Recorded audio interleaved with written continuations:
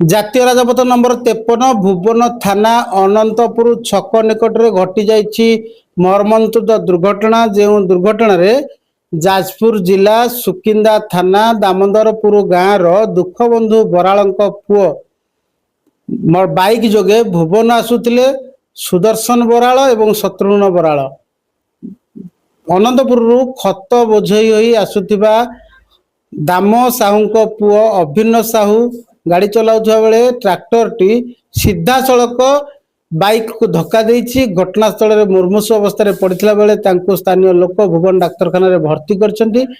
ଡାକ୍ତରଖାନାରେ ସୁଦର୍ଶନ ବୟସ 32ଙ୍କର ମୃତ୍ୟୁ ହୋଇଯାଇଥିବା ବେଳେ ବଡ଼ ଭାଇ ଶତ୍ରୁଘ୍ନକୁ ଢେଙ୍କାନାଳ ମୁଖ୍ୟ ଚିକିତ୍ସାଳୟକୁ ନିଆଯାଇଥିବା ଜଣାପଡ଼ିଛି। ତେବେ ପୋଲିସ ପହଞ୍ଚି ତଦନ୍ତ ଜାରି ରଖିଛି। ନା କ'ଣ ମୋ ନାଁ ହାଡ଼ିବନ୍ଧୁ ବରାଳ, ଘର ଘର ଦାମୋଦରପୁର। ଏଇ ଡାକ୍ତରଖାନାକୁ କ'ଣ ପାଇଁ ଆସିଥିଲେ?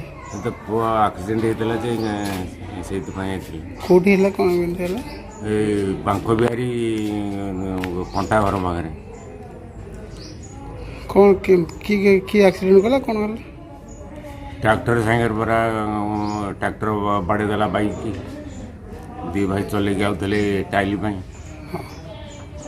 କ'ଣ ହେଲା? ଇଏ ସାନ ପୁଅ ଏଠି ମରିଗଲା। ମୋ ବଡ଼ ପୁଅ 108ରେ ନେଇକି ପଳେଇଲେ ଢେଙ୍କାନାଳ।